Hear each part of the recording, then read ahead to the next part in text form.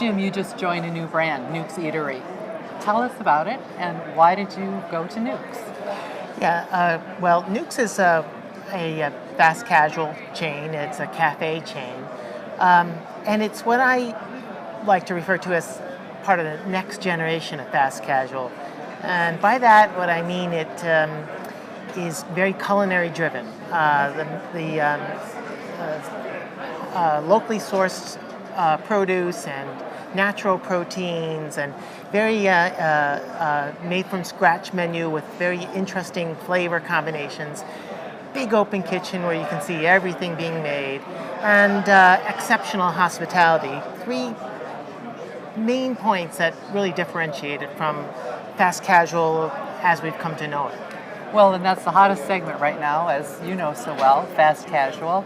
Was there something in particular that made you decide this was the right move for you? Yeah, I've kind of been, I've been in the fast casual segment for a long time, and I've kind of been observing Newk's and a few others that have been, well, like I say, on this cutting edge of fast casual, and I really think that that the differences that they have versus earlier generation fast casual are so meaningful that they have a lot of growth potential, and so I wanted to be part of something like that. What kind of growth potential? How many units do you have now, and what do you see in the year ahead, or what's your timetable? Yeah, as of today, we have 71 units.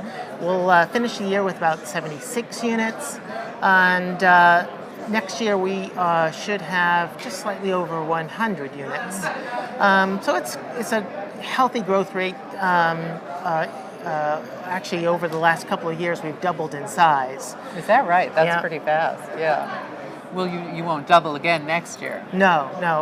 But it'll be a 25% growth rate next year. Interesting. Yeah. What you had a new private equity firm come in and take a stake in the firm. Right. What kind of a factor is that going to play for you? Is that going to really fuel your growth? Yeah. In April of this year, Sentinel Capital purchased a majority interest in Newk's, and that's actually how I found my way to Newk's. I've known the folks at Sentinel for a lot of years. Sentinel is very interested in taking Newk's to the next level, achieving its potential, and that's exactly what I'm interested in doing with a chain next, and so it was a really good fit for me. It's still founder operated, right? The founder is still at the helm. Yep. Chris Newcomb. Chris Newcomb. Yeah. What is that like working for the founder? Yeah. Because you're the outside hired executive. Right. With those personalities. Yeah, right. Chris is a great guy, and he really understands what the essence of Newk's is, from the menu to how the restaurants should look, and he has a great feel for the menu, and is very much involved in creating all of our new dishes and all the ones that we currently have. So it's a great complement of skills between Chris and myself. So it's the partnership is worked out really well. Nice. You had been involved with the Sbarro turnaround and the Bruegger's turnaround in various stages. One went all the way through with Bruegger's, Right. Very, very successful. Sbarro is obviously still in the throes. Who knows what will happen? Right. How does this experience compare with or differ from what you do in a turnaround situation? Yeah, in many respects, there's some similarities. In each case, whether you're talking about Bruegger's or Sbarro or Newk's, there are things that need to happen for the chain to succeed. And in the case of Sbarro or Bruegger's, those things we had to repair a lot of damage that had been done to the chain over the years. Newk's is a very successful chain. We have strong positive comps and high average unit volume, but to get to the next level, we need to put in place some systems and some procedures and some people. And so in each case, in each of the cases you mentioned, what was involved was kind of assessing where we were, and then kind of fashioning a roadmap to the future. And so it's just that the assessment in each one was different.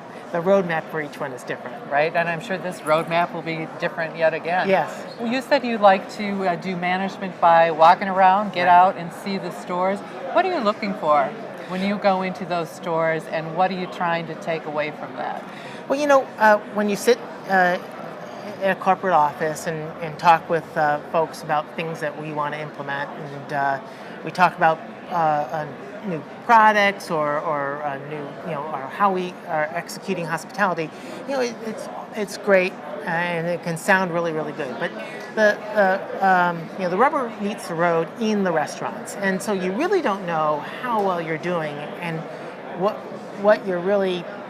the guest is really experiencing unless you go to restaurants and see it for yourself. And sometimes there's a difference between what we think we're doing and what is actually being done.